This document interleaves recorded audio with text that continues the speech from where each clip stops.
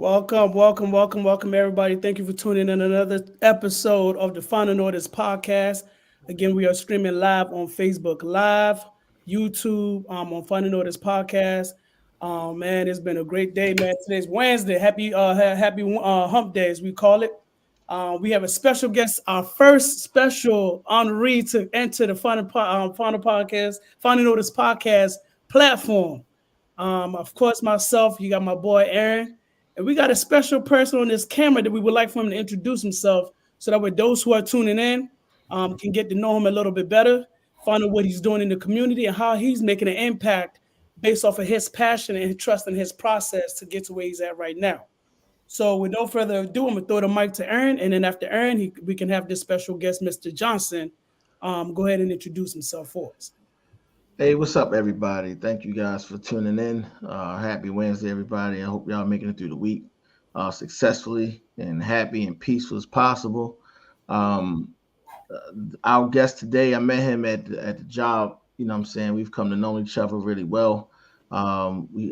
He's our physical education teacher in the Baltimore City Public School Systems. And as I got to know him, and hear about his business and him investing in the community. Once we got this podcast started, I said, hey, man, maybe you should come on and, let the people know what you're doing out here. I think you're doing some great things. I checked out his podcast. You can see in the back, Keep the Stack. I'm sure he'll talk about it a little bit. And it's very entertaining. Y'all like the debates and going back and forth and get some good insight on some sports takes, man. That's the place to go, man. So without further ado, take it away, brother.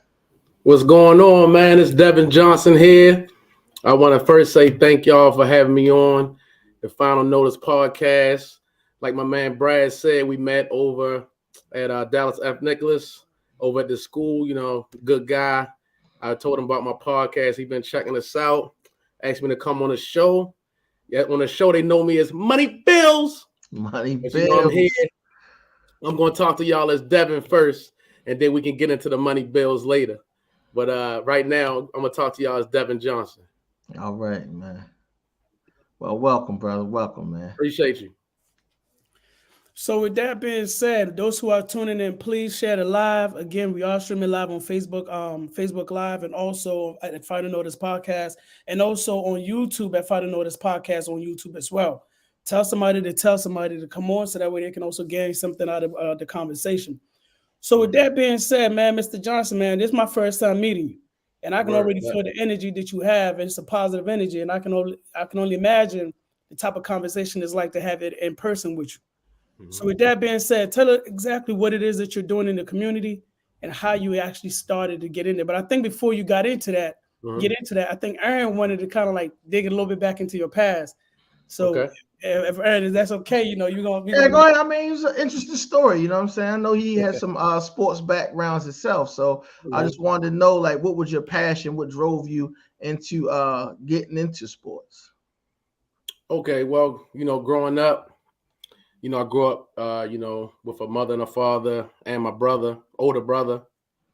I started off when I was like really young. I always loved sports. Mm-hmm. So my first sport that most kids play is soccer, because I was a little bit too small and too young to play football or play anything else. So I started off with like soccer and baseball. And my father was always a coach. And I looked up to my older brother. My older brother's mm-hmm. 5 years older than me.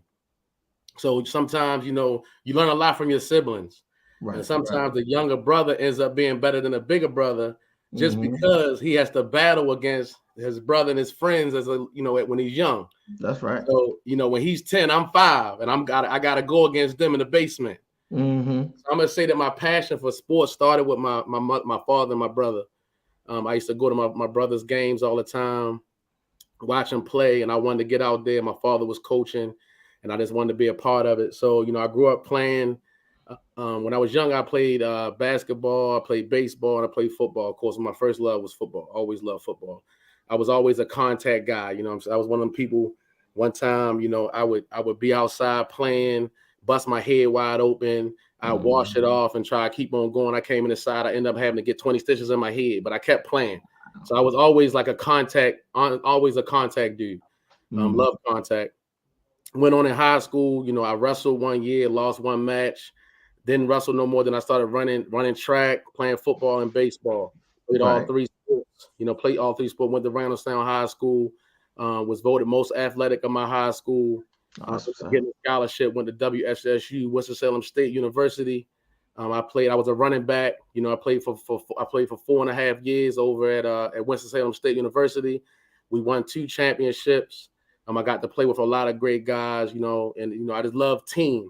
So even with me in business, the way I look at business, the way I view business, I look at everybody as a team. Everybody has a position to play. You got a coach, you got a quarterback, you got players. So all the businesses and the things that I've been in, I've always viewed them as we're a team. And we always say no one man is bigger than the team. And that's how I carry it. That, for anything I've always done, that's how I kind of view things. And then too, when you play in sports, it gets hard. You got to go to 2-a-days. One day when I was in high school, we had a coach that we was in practice for 7 hours. We stayed there all day. We never left. We practiced in the morning. We stayed there. We ate. We practiced in the evening. You go home, you tired. You got to come back and do it again the next day. When you're in the college, the same thing. You practicing, you playing, you lifting weights. You doing that all year round. There's no stopping. When you get a scholarship and you go to college, you still have to do your work. You still have to go to class. It's not easy. So when I look at things like out here while I'm not playing sports and I'm just in life, nothing is really too hard for me because I just look back and was like, if I could do that, I could do anything.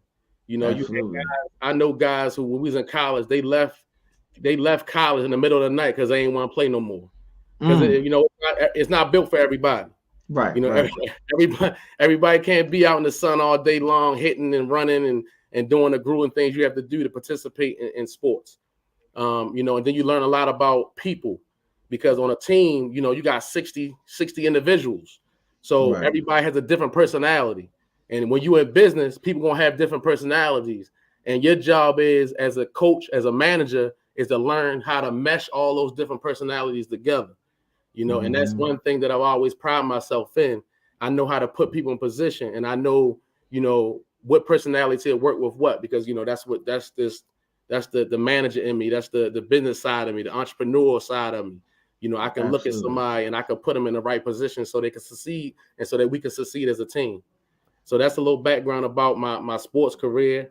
I just always, been into it. And then I came out, and of course I've been a phys ed teacher since 2001. So, I came right out of school and then I got into teaching sports and working with kids. So what made you want to pursue the path with the kids in the school system? Okay, so basically my major was sports management. My major was sports management. I played football, and I really didn't even know what I really want to do with sports management, to be honest with you. When you're younger and you're going to school, at that time, you 17, 18 years old, you kind of don't know what you want to do. I was, I think I had I had a communication major one time. Then I changed it to business. Sound about right. Yeah, sound about right. then at the end, you know what? I say, let me do sports management, because sports management is a cross between business and sports. So I got into the sports management field. And at the time, I used to do like training, and I used to work in like physical fitness gyms and stuff like that. So that I thought maybe that was the way I wanted to go. Maybe work for Nike or do something along the sports in sports. But when I graduated in the middle of the year. I graduated in December. Came home, didn't have anything to do. But my father, he had friends who were principals in schools. What you graduate with? I'm sorry. What you graduate with? I graduated. My undergrad degree was sports management degree. All right. Okay, what you mean? What was my GPA? I was want you to talk your talk, bro. What you say? You got your degree, bro. What you got your degree in? Why don't you go ahead and talk about yourself, man? Let them hang a little bit. I had a bachelor of science in sports management. I had a bachelor of science in sports management. I graduated with a 2.9 GPA. You know what I'm saying? It was average, close to 3.0, but it was cool. Cool. Hey, all right. A lot of people ain't got the payment at all, man. So hey, baby, you got it. Let me tell you something, man. Like the one thing that I would encourage you to do as you're doing it right now is, man, one, you're a black man that is educated, which is powerful, right? And we need more black men in the community as yourself to represent the community. You dig what I'm saying? So when he's saying talk about your accolades, it's the same way these rappers are, I'm not taking a shot at anybody. However you live your life is how you live your life. Right. But it's the same way other people talk about and brag about what they have and how Yeah. those type of conversations, those type of narratives be polluting the minds of the young youth. It's the same way you can say something like your accomplishment to empower the next person within the community. So yes, please, by all means, if you need to take the whole hour to brag about your accomplishments, we are here for you to go ahead and do that, because we need more people like you to go ahead and spread that positive narrative in the community. You know what I'm saying? I appreciate you, man. And I'm gonna say like this, just how, you know, us as men, you know, we have young guys who look up to us, just like you just said, how we can empower the next person. You know, like I said, when I came out of school, my father had friends who were principals.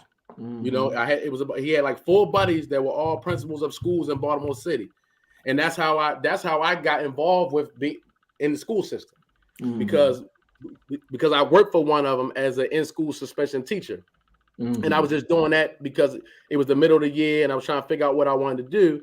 And then he talked to me, was like, you know, why don't you think about becoming a teacher? And, you know, in my mind, I said, well, you know, I never really thought about being a teacher. I'm like, well, what would I teach? You know, what subject would I teach? And then he said, well, what do you like to do? I said, well, you know, I like sports. So he was like, all right, well, it's easy then. Become a phys ed teacher. So I thought about it. I'm like, you know what? It might not be a bad deal, you know, and I've been doing it ever since. And since I didn't have a educational background, I went and got a master's degree. There you go, son. Yeah, I went and got a master's degree in education from Canisius College. You know, then I had like a 3.4 GPA and all that kind of stuff. Y'all want me to talk about that? But yeah, go ahead, man. So yeah, I went back and I had to get the educational courses and stuff like that. But all through the while, I've always dealt with business. Like, even though I was working, because in my mind, I'm a person, I have to stay busy. So when you teach, you know, you get off at like 2:30. You know, so you get up at 2:30, then I mean, in my mind, I'm like, what am I going to do from now until it's time for me to go to bed? Like, what's next? Like, it's too early really to stop doing anything. So that's when I started my first business, which I'm still a part of, is my landscaping company, which is Trimwork Solutions, LLC. That was my first company that I started, because I just, you know, in the evenings I was bored. I didn't have anything to do. So I started my landscaping company. Was the first thing that I kind of kicked off, and it grew over the years. It grew, you know. I started doing I went from residential to doing commercial customers, to hiring people, to having a crew, and me being able to work full time at the school system and have people working for me out, you know, cutting lawns and doing landscaping jobs. So that was my first passion that I really jumped into. That's awesome, man. Awesome. Hey, so you touched on something that I want you to kind of like dive in a little bit on. I think it's really important for the viewers and even myself to get to know a little bit more about you, right? I've listened to you talk as far as like from your beginning to when you fell in love with sports and who you looked up to and who was involved. And then after you went through your college years of playing ball and coming back home, who was still involved in that situation with you. You talked about your father.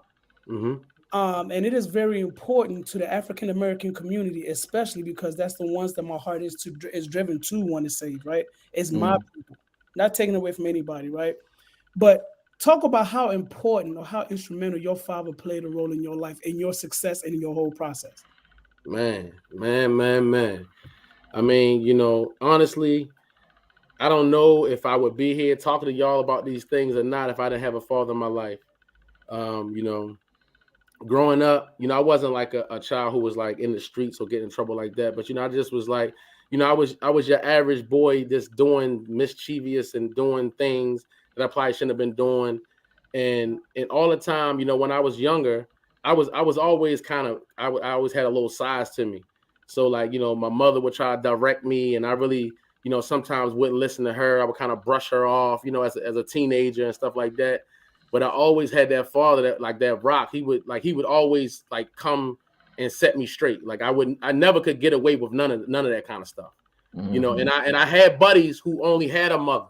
So I saw the way they kind of talked to their moms and did what they wanted to do, hung out late and did certain things. And, you know, my father, you know, he never was one of those who played that. My father's from the South. My parents are from North Carolina. So, you know, a little bit my upbringing, you know, me working and doing all that stuff, like he had me doing that when I was young. Like I never could sleep all day on a Saturday. You know, Right. I always had to get up and do something. Like I didn't just lay around. I always had to play some type of sports after school or do something. I never could just come home. I never liked video games. I never played video games. Like I never was one of them dudes that I'm just playing games and just chilling and sitting around. My pops ain't never had that. So like that was instilled in me from young. And to this day, I just can't sit around. You know, I gotta stay busy. You know, my father's still in my life. You know, and my father, he's 78 years old and he don't sit around. He played golf 3-4 times a week. He cut his own grass. Like we active people, you know, and I got a lot of that from him. You know, I learned a lot of that from him. And then he taught my brother and I watched them and, you know, just it's embedded in me. So yeah, my father was very pivotal in my life and still is. And you see, for those who are watching and tuning in, again, we are live on Facebook Live and also on YouTube, on Finding Orders podcast. See, this is the reason why I asked you that is because the missing DNA for the successful black man is the black father. One of the, if not the main key ingredient, right, for the success of a black man is from the black male role model in that black child's life, especially the black boy, right? So that's why I say it was very important for me to at least touch on that. If I didn't ask you anything else about anything, that part alone, when I kept hearing you saying that, it kept ringing in my ear like, dang, here's a man who is successful in what he's been doing. But when he started off the conversation talking about how he started and with his passion and everything, it started with him saying, my father and my brother, two male figures in his life that has shaped him into the man who he is right now along the way of his journey and his process. You know, so if you're a black man watching this and if you got kids and you ain't been doing what you're supposed to do, take Mr. Johnson's life as an example. Look at what he's done and what he's going through and what he's saying, who was instrumental to his life, and, you know, make that transition and go ahead and jump into your child's life. It's never too late. It's only too late when you're in the casket and you ain't done nothing. You did. Yeah, so I just wanted to make sure that we stress that out because at the end of the day, each one teach one to reach one. You dig what I'm saying? Always. So I wanted to make sure that got heard and got across very clearly that it is very important for us men to be in our children's life because we play a major key role in their success and their upbringing, and I felt like it was something that needed to be noted. Yeah, sure. And I also just want to put a stamp on that, and there's no disrespect for any single mother out there that's doing the same thing. You know what I'm saying? But that's not, you know, I just want to emphasize, I know that's not what you was trying to say or try to put them down as well. But we understand as men the importance of our role. That's the reason why they strategically try to get us out the house. But I wanted to ask you, bro, like that that level of passion, that wisdom, that knowledge that your father had given to you, what is it that you think that you have inside of you that you can give to the children in your sports league? Just that basically, man, we have to work together. Just like I always talked about the team thing, like, you know, it's cool when everybody gets to where they get to, you know, on a solo tip. But when we work together and we bring somebody else up, like my man said, reach one, teach one. You know, when you reach back and you pull somebody else up, you know, that begins to form and shape whole generations and whole people like and communities. You know, like we can do a lot by ourselves, but we can do a lot more, you know, if we all kind of like work together. You know, and I always say the whole is greater than the sum of its parts. So, you know, all of us can do a lot of different things if we work together, and we see other nationalities do that. You know, if you look at other cultures and you look at other, they do that. They work together. You know, they live in the same house. They share their money. They bring each other up. You know, instead of being like crabs in a barrel, as though we're always competing against one another. And you know, we see that at an early age, even starting in the school system, where as though it's like everyone is competing against the next person. The girls want to look better than the girls. They want to dress better. And there's so much competition going on. Instead of them trying to help each other and bring each other up, you know, they keep tearing each other down. And all that does is kill us all as a community. That's so, right. You know, we need to try to work together more. If we work together more, we could do powerful things. We could do powerful things when we work together. Amen. So I think we're going to dive in a little bit into your sports league because I think that's main important because we want to find out what it is that you're doing in the community and how you're using all your personal experiences from elementary school, middle school, high school, college, going back to get your master's. How has that helped you with your league? Talk a little bit about the league, what is it doing, and how can people get involved with it? If you don't mind. Good. So I just started it. I purchased a franchise. It's called I9 Sports. You can go check it out, i9sports.com. And you can check it out. Whatever area you in, it doesn't matter where you are. This is a worldwide thing, where as though you can check out I9 Sports. It's a sports youth league.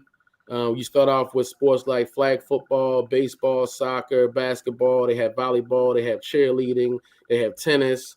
They have a range of different sports that you can get into. But basically, it's like I purchased a McDonald's. I purchased a franchise, whereas though I have the blueprint. There you go, i9sports.com. I have the blueprint of how to be successful in this business. And basically, the business is dealing with the youth. My business is located on East Baltimore and West Hartford, over on the east side of town, East Baltimore side of town. They have one over here on the west side where I am now. They have a current location of I9 Sports League, and they also have one on the other side of me. They have one in Frederick. They have a couple in Maryland. They all doing pretty good. They all pretty much do the same similar things. But I will be running leagues over on the east side. I'm going to need coaches. I'm going to need venues. I'm going to need staff. I'm going to be hiring, probably about 20 or more people for my program. My program doesn't launch until September 23rd. That's the fall season, where I'll be starting with baseball, flag football, and also soccer. And my age group is from 3 to 14. So any kid from 3 to 14 can participate. We will take registrations. We will actually make teams. We'll break off the teams into age groups, and they will be participating in about 7 to 10 week span for a league. The thing about our league is it's not as rigorous and competitive as a lot of other leagues. We see a lot of leagues you might see on TV where you see the referees or the parents arguing at the referees, or the parents yelling at the coach about their kid not getting playing time. And it's very rigorous, and it's very like, these kids are young, and we're already acting as if they're like superstars, or if like they're going to the NBA from this next game that they're about to play. Right. So right. This league that I'm building, it's about learning the fundamentals. It's about having fun. Okay. It's also about getting some exercise. Okay. So if your child is one of those people who they want to learn how to play sports, they want to learn how to play soccer, they want to learn how to play baseball, flag football. Okay. And you're not going to have somebody. I'm a big time football guy. I have godchildren that play sports. I even seen coaches on the field yelling at the kids and grabbing them by the face mask and, being real aggressive. That's, to me, that's a turn off. Yeah, we don't need them. Okay. That's a turn off. That's a turn off. This league is not about that. Okay. This league is about teaching the kids the fundamentals of the sport. It's about having some fun. Okay. All right. And it's also about getting some exercise. All right. And it's very convenient for parents, because the way I9 Sports does it is you practice on Saturday, and then after you practice, you play a game. Okay. So we're not taking up a bunch of your time with 3 and 4 or 5 practices during the week, and you got to bring them back on Saturday. You bring them on Saturday, they practice for an hour, and then they play for an hour. So they get both. They get their practice in, where we work with them, and then we formulate and we play a game. And so they get the game time in, they get that in.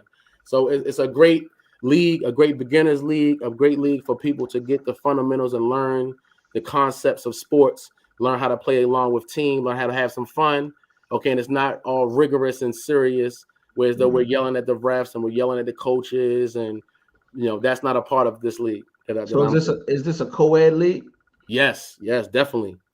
Okay, definitely. I only say that because my daughter played soccer for the first time when she was in 8th grade, right before she went to Mervo in 9th grade. And when I went out there and watched them play, it was like you had a coach who really wasn't even interested in teaching them how to play the skills. It was like y'all just go out there and run around. And my daughter actually fell in love with the sport. So you saying this, I was like, I wish it was around then, so that I can at least have some kind of another league or something around where I can just introduce her to the sport. So even when she get into school and now she's ultra competitive, she at least have some more understanding and knowledge, of the game. Because they're not even practicing after school for real. You know, they was after school, they practicing for like 15 minutes. Like, you're not gonna learn anything in 15 minutes. So yeah, I get it, man. That sounds all of our coaches, you know, they go through a training. They learn about the sport. You know, we have different professional developments for the coaches where they can learn, they can get practice modules, and they can actually, you know, learn about the sport. So we make sure that our coaches are fit to teach the kids and work with the kids, you know, before they go out there with them. Absolutely. So yes, we have things in place for that. Yeah, each coach goes through, you know, they have to go through a certain type of training. So you talked about, because I coached. I just moved down to Georgia, so I'm from PG County back in Maryland, Landover, but I just moved to Georgia last year, and I'm like you. I'm heavy into the sports for my son. You know, my only boy, so he's like my best friend. So I want him to kind of like get into sports. So when we first tried to sign him up for GSA sports down here, first of all, in the South, there's no such thing as a limitation with the sports with the youth at all. So I tried to sign him up for soccer because I felt like that would be something, because I play soccer, so that's something that I would be able to help him out easily, right? I signed him up and he couldn't get on the team, so the only way I can get him on the team is if I coached. So I coached. His age group was 9 and 10-year-olds. He was 8 because his birthday is December 31st, so he ended up playing with kids a year older. So anyways, make long story short, when you talk about the aggression and the aggressiveness and the temperament of parents and also the coaches, I fell into that aggressive our coaches mindset, where not towards my kids, but towards other coaches because of my competitive nature. I got into it maybe like one coach, one referee, and 2 or 3 parents. It was the same game. It was the same game. One of my kids that got chopped down from behind, and we lost our first game because I didn't know what I was doing with coaching, and we won 7 straight. So we was hot. We was like a hot team. So when they chopped my player down, you know, you got riled up. Yeah, I'm thinking like a parent first. Like, yo, that's my baby boy right there. You know, so I run up there, I'm like, yo, ref, what you doing? La la la. But it was the aggressive way that I went at it, and my kids started looking at me a little different. You get what I'm saying? So as somebody that's starting a league that played from the elementary school level to middle school level, high school level to college level, right? What is the most? How important is it with that temperament when it comes to not even just the parents, because some of the parents are killing the youth when it comes to sports with that temperament. Oh yeah, they burn them out. So what is the importance of us as the parents not being over aggressively trying to pursue the kid's dream? Well, our dream through the kids. Right. We're trying to live our dream through our kids. Right. Yeah. So one thing that I9 Sports does, we have meeting with the parents. We send letters out to the parents, and we have the parents fill out basically like it's like a request for them, and we tell them certain things that we're not going to do. We're going to cheer on everybody. You know, we're gonna cheer, we're gonna high five, we're gonna do those type of things, but we're not gonna do the negatives, like the negative stuff and the taunting, you know, the other team and stuff like that. Like, that's not gonna be a part of our league. So if you're a parent and you're coming out, you know, of course we'll put you to the side. And I'm a competitor. I understand where you're coming from. I'm a competitor. I played sports my whole life. So yeah, I can get riled up and I can get pumped up, but in this arena right here where we're dealing with the kids and we're dealing with children, we gotta gauge it, because you can easily turn a child off from participating in sports. You know, you got an 8-year-old and you in this grill piece talking about you didn't do that. You know, that can deter a kid from even wanting to play anymore. Absolutely. You know, everybody's not built the way we were. And everybody's not built like that, whereas though, you know, and if they are, they need to be in a more rigorous program, maybe playing AAU or doing some other type of thing and playing tackle football or something like that. Right, maybe that's, you know, what they do over there. But in this program, you know, it's more geared towards we're teaching. You know, we're teaching. We want kids to learn, and we want kids to have a good time. Nobody's having a good time if somebody's yelling at them. You know what I'm saying? Like, if you in somebody's face and you yelling at them, saying you missed that block and you didn't do this, and you know, they're not having a good time. Absolutely. You know what I'm saying? This is extracurricular activity. Nobody's getting paid. Right. Yeah, you know what I'm saying? Yeah, nobody's getting paid, man. You know what I'm saying? No NILs, right? Yeah, no NIL deals. You know, I know the parents, you know, they're pumped. You know, a mother sees her child, oh yeah, he gonna be the next this and that. That's fine. We want him to do that. Okay. But we don't want to beat the kid up so much, and we put so much pressure on them, you know, that when they have a bad game, now in their mind, they're thinking, oh my gosh, you know, I had a bad, they're crying and they upset, and you know, it's the end of the world, because it's not. It's not. Right. You know, as competitors, we have to learn how to win and we have to learn how to lose. Both of them take some learning. You gotta learn how to do both in life and in sports. So when you're choosing your staff and you put your people together in your hiring process, what are you looking for in leadership? I mean, it's funny because we actually just did a podcast not too long ago about men in leadership. You know what I'm saying? So when you're choosing your staff, you being the director of it, like what are you looking for in your volunteers or your people that's coming out to work in this program? First of all, I'm looking for energy. Absolutely. You know what I'm saying? I'm looking for energy, man. I don't want nobody walking around, you know what I'm saying, their head down, they moping and pull. I'm looking for energy. You know, I want people that can put a smile on people's face, can get the kids motivated, get them excited. You know, they want to have fun. They're good people.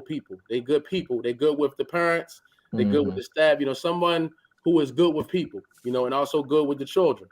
You know, because we're dealing with kids. We're dealing with little babies. We're dealing from 3 all the way up to 14. So you have to kind of know, and you can't be you have to be different with all those groups going up, you know. So, but you have to learn how to adapt and deal with those different levels. And you have to learn how to adapt with parents. You know, you got to be a person that can not escalate things, but de-escalate things, you know, because it's going to be times when a parent's going to be upset or a parent's going to be mad, but you have to have that temperament, whereas though you're a de-escalator.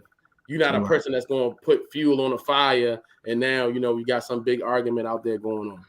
You know, so I'm looking for those. Very important. Very important. Yes. Let me ask you a question, because when we talk about Baltimore, I lived in Baltimore. I went to school at Coppin State University with Aaron, right there on the west side, North Avenue, North and Warwick. That's right. And when we talk about Baltimore, the first thing that will come up for anybody that has never lived in Baltimore or from Baltimore will be thinking about the crime rate in Baltimore. And you touched on the age groups that you're starting the program with. Particularly the ones I want to talk to is pretty much maybe about like the 11 to the 14. Okay. Because at 10, you still have some type of little bit of control on that child. I know Baltimore children are a little bit more different in regards to the environment that they're raised in. So they have some quicks about them. You know what I'm saying? But how would this sports league, because I'm telling you right now, personally, not being from Baltimore, but just somebody that lived in Baltimore for about 4 or 5 years, and knowing, especially on the west side, knowing how important the community needs some type of structure to save our children. How do you feel like this league will maybe be the saving league to help bring down some of these senseless violence in Baltimore City? I'm just saying, I mean, even though I told you I wasn't like a criminal or nothing like that, but if sport, like I said, my father was very pivotal, but sports was just as important for me, because at a certain age, I knew what I wanted to do. So when I got to like the 9th grade, I knew that I wanted to play football. And to me, there was nothing that was going to get in the way of me doing that. So if it was me having to have my grades right and come to school and do the right thing to participate in that sport, that's what I was going to do. You know, so these kids have to have something to look forward to.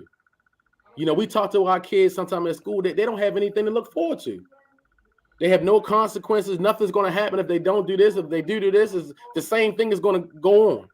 You know, but some of these young boys and young girls, you know, they could become passionate and they could become very in love with some type of activity, some type of sport, doing hair, doing something. It could be something that they really enjoy doing. You have to find that niche, because that's why I look at. You have to channel it, but you have to find it, because a lot of these kids, you ask them, "What do you like to do?" They don't have anything they like to do but talk on the phone and play video games or whatever. You have to find something that they love, something they love. And for me, I love to play football. I love to play sports. So that kept me in line to where I got to an age where I was old enough, I was more mature enough where I didn't even want to do that dumb stuff anymore. So where did that passion come from? Like, where did that desire? Like, was it always inside of you? Was it something that you experienced that came across that had you had that belief and as you were going through your process? Where did that come from? I'm telling you, it was from me being young, playing with my brother and his friends, and me being successful. Right. You outside, you playing smear the queer. I don't know if y'all played that throw up tackle where somebody throw you the ball and you got to go against everybody. You got to try to score. Yes, sir. You see what I'm saying? Yes, sir. That just turned me on. That's what it did to you. Yeah. That's what's up. I'll tell you a story real quick, man, because I had I ran into my brother's god brother later on in life, man. And he was doing these amazing things. Like, he went around to the old neighborhood, buying up houses and stuff like that, which was a vision that I always had. And he was running this youth program. And I was talking to him and I was like, man, where did that fire come from? Where did that passion come from? Where did desire come from? And then he was talking about like how he grew up and had like these rough like moments in life, things that happened with his mom and all these other things. And it made me sit back and think like, so certain circumstances and certain things pushed him to have that passion and that desire to become successful. You know what I'm saying? Whereas though, like me, I grew up goofy. You know what I'm saying? Like, I was a mama's boy, like to the T. I always grew up with this little, like, everything gonna work out. Everything gonna be fine. Don't even worry about it. You know what I'm saying? And I but later when I'm, trying to become an entrepreneur, later when I'm trying to start my business and get that desire and that passion to be somebody and know that level of greatness inside of me, it was a process. You know what I'm saying? Like you said, like I needed to surround myself with people to push me and people that's going to help lead me and guide me in that direction and help fuel that fire that I had to come forward. You know what I'm saying? So I love your story, man, because it's like, how do we do that as a community? Like, I just put a post up on Facebook that says, build a team that's so strong that no one knows who the leader is. So it's like it's a reflection of everybody's strength that's reflecting off of one another. We don't know who's sitting at the head of the table. Yeah, so we all like just in that bond and we got it together. You know what I'm saying? So yeah, I wanted to share that story, man, because what you're saying is like it's amazing. Everybody got a different story. You know what I'm saying? When they're going through this process, I just want to share with any of our viewers. You know what I'm saying? Just find somebody. So if you don't know, like I said the other day, you can't be the strongest one in your team. You can't be the strongest one in your team. You always got to have somebody that's going to help, that make you expand your vision. Somebody that's going to make you run after something that's somebody's going to build on you so that you can accomplish these goals in life. You can't do it alone. And it's crazy because I'm listening to you. I'm listening to everything you got going on, bro. And it's beautiful, man. To be honest with you, you're not just teaching the youth, you're also employing the youth, employing the community. Because you talked about hiring some people, some staff members. So your vision or your passion is turning into a branch of an extension to help other people to get to maybe something that maybe they want to see how good they are, financially help them out, to at least, to however it's going to help them out. So let's talk a little bit about that, like the business aspect side of it, because we talked about the passion, we talked about the sport.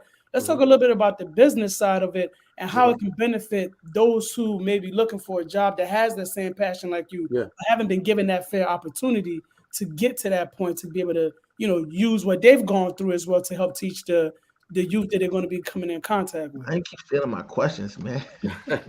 What happened?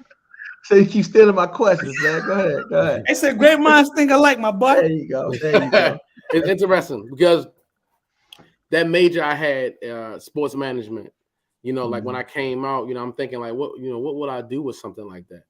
So let's say you got some kids at Coppin or Morgan or Towson or some of these surrounding colleges, and they're in a program like a sports management. Okay, they could come work for me. I'll pay them. It could also be that intern, whereas though they could be learning about how to run a program with sports, and you'd be learning about a lot of business. They could be site coordinators, site managers. We have a sports director. We also going to have officials that I need to hire. Okay, but if let's say you're the site manager, you will oversee that whole program, because my vision and my goal is to have different venues. So on the east side, I can have a venue in Essex. I have a venue in White Marsh. I have one over in Parkville. I have one in Towson. I can have 4 venues going at the same time. Of course, I can't be at every venue at all at the same time. I can't be there. So I would have to hire people to run those venues. That's a great opportunity for someone who has a degree like a sports management, or who's even in college, because my programs are on the weekends.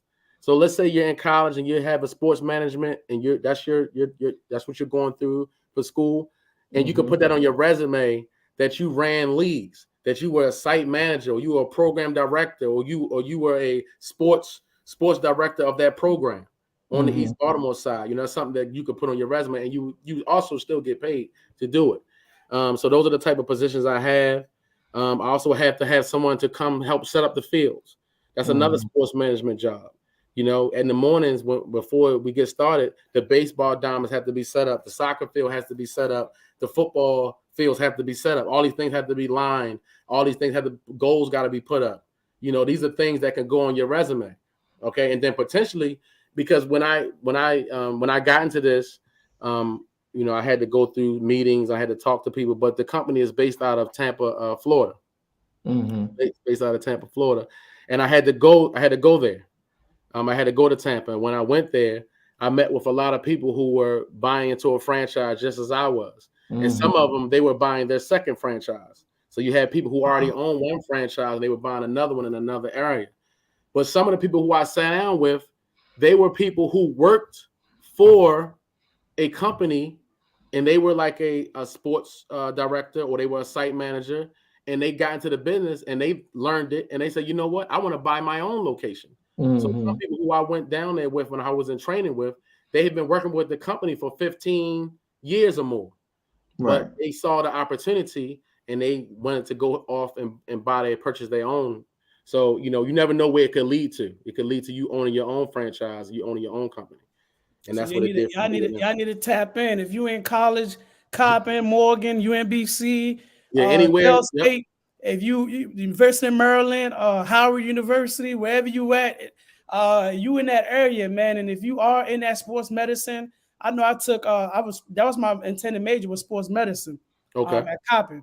So if you into sports and you're looking to get that hands-on experience, please tap in, man, because this is something that can be a beneficial to you down. Yeah, I know I gotta get my application. I'm gonna slide that in there. Yeah, man, ain't no question. Yes, sir. Ain't no question, man. Ain't no question. I need people. And like I say, I'm just trying to build a team. Because I can't be everywhere all the time. I can't be there. So I need to have good people in place at my different location, at my different venues. I have to have people in place. So what advice would you give someone who is struggling to trust their own process? You know what I'm saying? And somebody that needs to believe in them and their own work and their own process. What kind of advice would you give them? You got to take a chance, man. You know what I'm saying? If you don't play, you can't win. So if you don't trust your own process, and you don't put forth the effort, and you don't attempt to try to do something that you really want to do, you'll never know, and you're gonna fail. You know what I'm saying? You're gonna fail anyway. So why not try it? If you fail, so what? You get up and you try it again. But like they say, let's fail forward. We're gonna learn. We're gonna learn. You know what I'm saying? Because it's not failing, it's learning. I've had a couple businesses that fell and they folded, but I learned from it. I learned from it. It was a learning process for me. I took something from it. If I didn't take something from it, then it's a failure. Then it's a loss. But if I took something from it and I'm still here standing, I'm still making moves, it's a learning process. Those are mistakes I won't never make again. Absolutely. And you'll know them when you see them the next time. You know what I'm saying? So yeah, you have to try. You got to go out there. You got to try. You have to. I'll share this story. I went to this training not too long ago for the Paris in the city. And the guy was sitting up there. He was 50-something years old. and he said he didn't want to go and get his degree. You know what I'm saying? You know, because it's like it's 4 years. He's like, man, I gotta do this for 4 more years. I gotta do this for 4 years. And then he was like, he said, you know what that means? He said, yeah, it means you'll be 4 years later, you still won't have a degree. So you might as well go ahead and do it because you're going to take you the same amount of time. You might as well wait to go ahead and take the next 4 years and at least get a degree instead of the next 4 years and not you can have be in the same place. Yeah, you be in the same place. The same long time it took you to not have a degree. That's what you're going to do. So I was like, that's what's up, man. Yeah.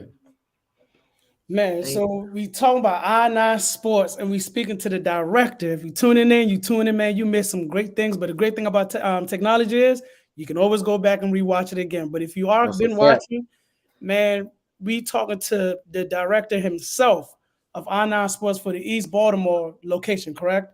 Correct. Man, and we talking about trusting the process and, you know, just him sharing his past experience in regards to how his passion has led him to where he is, those who were instrumental in his process. And we talked about the parents. We talked about you, the parents, you people like me who are over passionate, overzealous, and as soon as the play get messed up, you want to tear out the whole field, man. We talked about it being a detriment to the kids instead of actually building the kids up, man. Mm-hmm. You know, I'm one of those parents, man. You know, I try to be honest as possible because I know through my embarrassments and through my shames, my God has shown me his glory. So, you know, I always like to share my stories in regards to how I'm honest with people.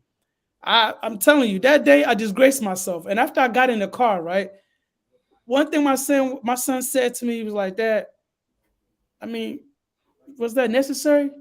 You get what I'm saying? And you know, out of the mouth of babes, man. I'm telling you, man. Even he saw it, right? You know. Yeah. So that's so when he said that in the car, as upset as I am, I looked at him and I said, "Yeah, I showed a terrible display of a coach.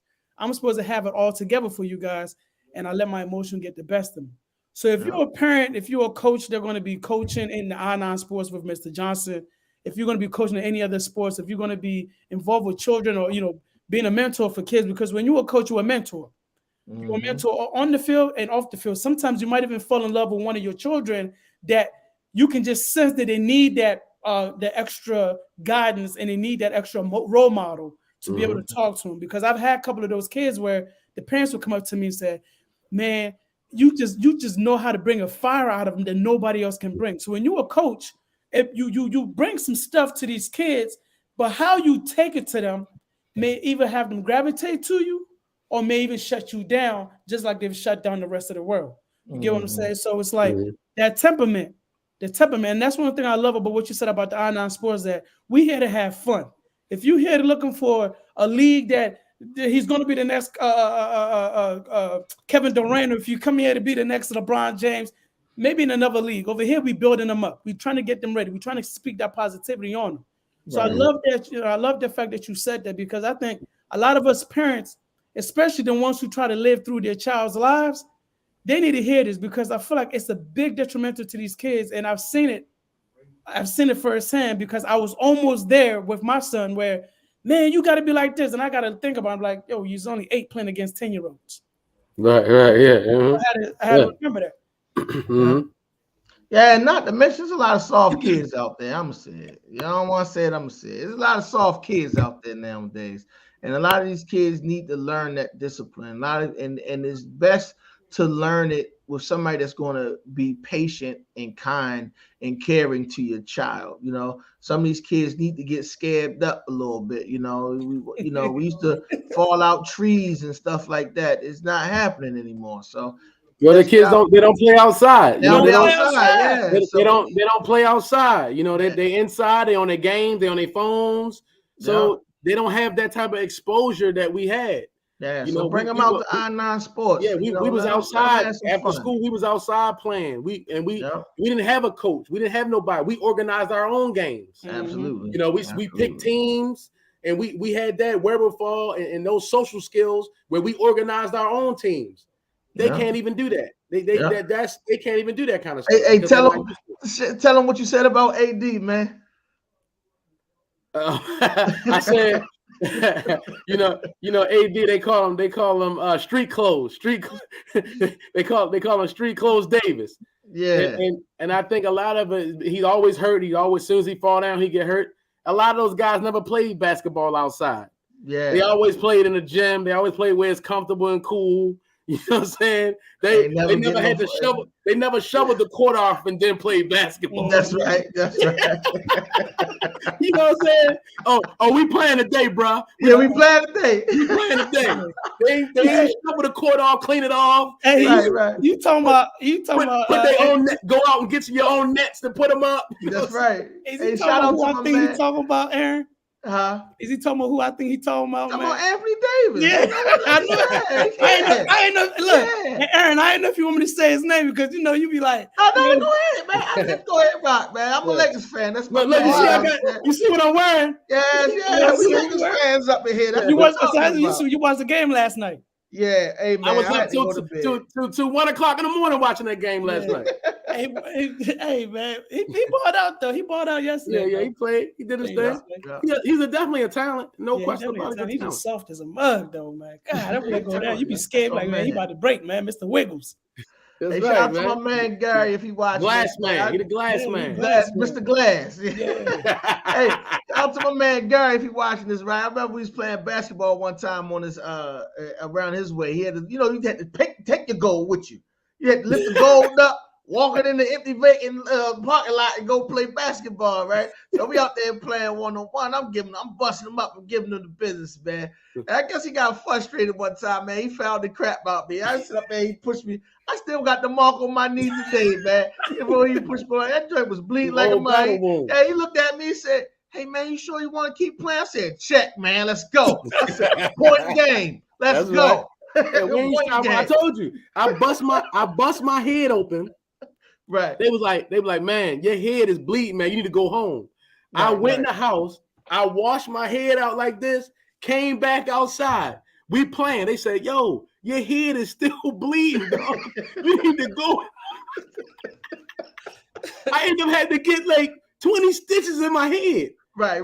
But that's how we was. Like we just was built a little bit different, man. You know what I'm saying? We was built different. And it's okay. You look like you turned out pretty fine to me, man. Yeah, man. It's all right. You know what I mean? They more technology savvy. You know what I'm saying? Right. So we got about 7 minutes with this episode. How can people get in contact with you? If people that's interested, parents that are interested, people that are looking to get hired or looking to put at least the application in, and also people who just want to be able to support what you're doing in the community, because I think I'm gonna want to talk to you offline. I don't want to put it out there so nobody can steal our ideas. So I'm gonna reach out to me. I'm gonna reach out to you out there. See if we can do something for the city. I want to build. I'm trying to build. Yeah, so we can do something for the city. I think personally you would like it too, because I feel like it fits in what you're trying to do.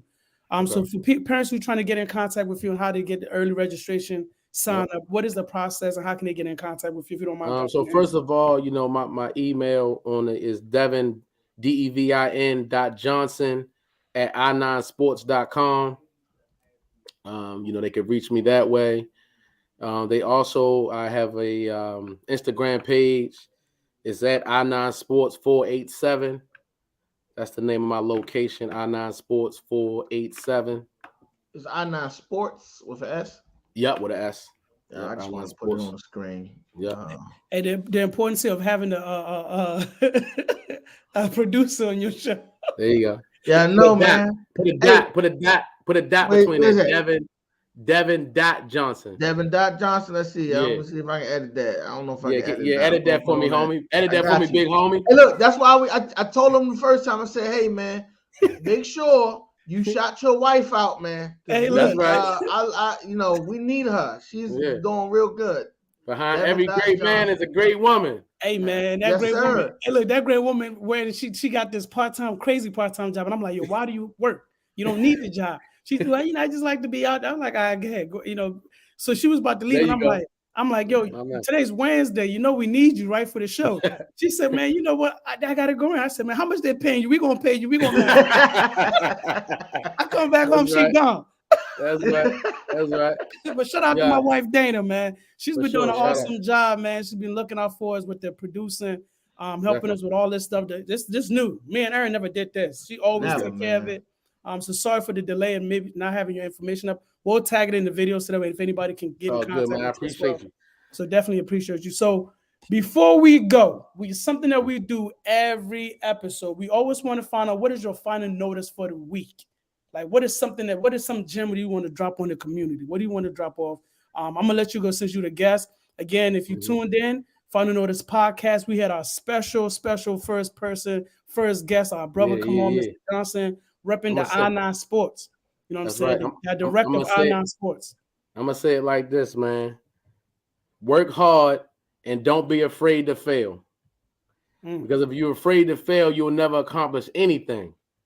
You know what I'm saying? Right. If you're afraid to miss a jump shot, you'll never make one. That's right. Okay. Work hard and don't be afraid to fail. All right. Failing is learning. And if if you're not doing, you can't fail. So you have to, don't be afraid of that because it's a part of the process. Every person who's made it, who is great, who has done big things, they failed. Trust me, they failed. Don't be afraid of that. Once you become afraid of that, you're never going to get nowhere. You can't be afraid of making mistakes. Facts. Money bills. Yeah, that's what I gotta say, man. There you go. Yeah. I guess I'll go. I'll say sometime if it's okay sometime to rest. You know. I know they I'm gonna try to be short as possible. They say put on the whole armor of the Lord, right? The thing about having the armor is you take so many blows, you take so many hits. If you don't take time to sit back and assess your armor, you never know where the weak part's at. And you never know when that final blow is going to come and take you out. Sometimes you need to sit down and just assess your armor and find out what's going on with it. Because you never know where that next blow is going to come from. So I would just say meditate, like you said, get back to your plan, make sure you find your vision, and then and know that you are enough and you are worthy. And that's shout out to my mans that I had the conversation with. I ain't gonna put them out there like Big that. Talk. Big talk. We had a talk earlier, man. You are enough. Just know that. Sometimes you just gotta reset. Yeah, that's deep. Man, I don't even know how to top y'all's off. Y'all put some real good jewels out there for the community. I think what I would say is, man, I'm gonna go back to what I went to a couple of weeks ago, man. If you know anybody that's dealing with mental health, suicide, please, rather than making fun of them or talking about them, rather than writing a post about them on social media or clowning them on any type of level, be a savior and reach out to them, man. Give them some support, give them some help because mental health is real. It is something that somebody deals with mentally that you can't see, but they see it daily. So if you know of anybody that's dealing with mental health, educate yourself from it and do your best to assist them in any kind of way, whether if you're speaking some words of positivity on them, just encouraging them or just taking them out the house because they like to be isolated. That's one of the big signs of mental depression or, mental illness, anything like that. So that'd be my and if you know anybody that's suicidal, man, please give them that suicide number, man. Let them call and talk to somebody. Hell, give them my number. They can call me. I would talk to them. I would do my best to make sure that they know that they are loved. God created it all as one, and as one, we must each one teach one to reach one, man. So that'll be mine for the day. But man, Mr. Johnson, man, look, man, this is a great conversation, man. Me and Ernie, who's gonna be our first guest? Who's gonna be our first guest? I don't think God had any other way than you, man. So we definitely appreciate you coming on today, man. Thank y'all for having me, bro. We appreciate you, man. Again, anybody that want to get in contact with you, please share your contact with them one more time for me, please. Oh, I'm at Devin.Johnson at i9sports.com. Also, if you want to go on Instagram at i9sports487. You can always check me out on Keep It a Stack. That's my that's podcast. right. Yeah, that's right. Talk about give us Keep It a Stack podcast. We do a sports cast. We call it Keep It a Stacks. Keep It a Stack, The Last Debate. It's on YouTube. You go to YouTube, subscribe, check us out. We on weekly. We talking about nothing but sports. Like I say, I love the sports. So we talking about sports. We got the NBA playoffs coming up. So we're gonna be talking about that heavy. So just check us out, man. You know what I mean? Keep it a stack. Sports, the last debate. What you think they're gonna do, man? What you think they're gonna do? They barely make that 7. You think they're gonna make some noise? Get demolished by the Memphis Grizzlies. That's you know what? I like to hear that kind of stuff. Yo, them young boys gonna run LeBron out the gym, man. I'm sorry. We gonna see. Them ain't big enough, bro. The thing about it is them young boys ain't been there before. See, don't ever underestimate that. Experience and wisdom, buddy. Don't ever underestimate that. They ain't been there. They ain't been there. But I need somebody else to step up. I need somebody like last night. Last night, Shooter stepped up. I'm gonna email you when LeBron get dunked on by Ja Morant.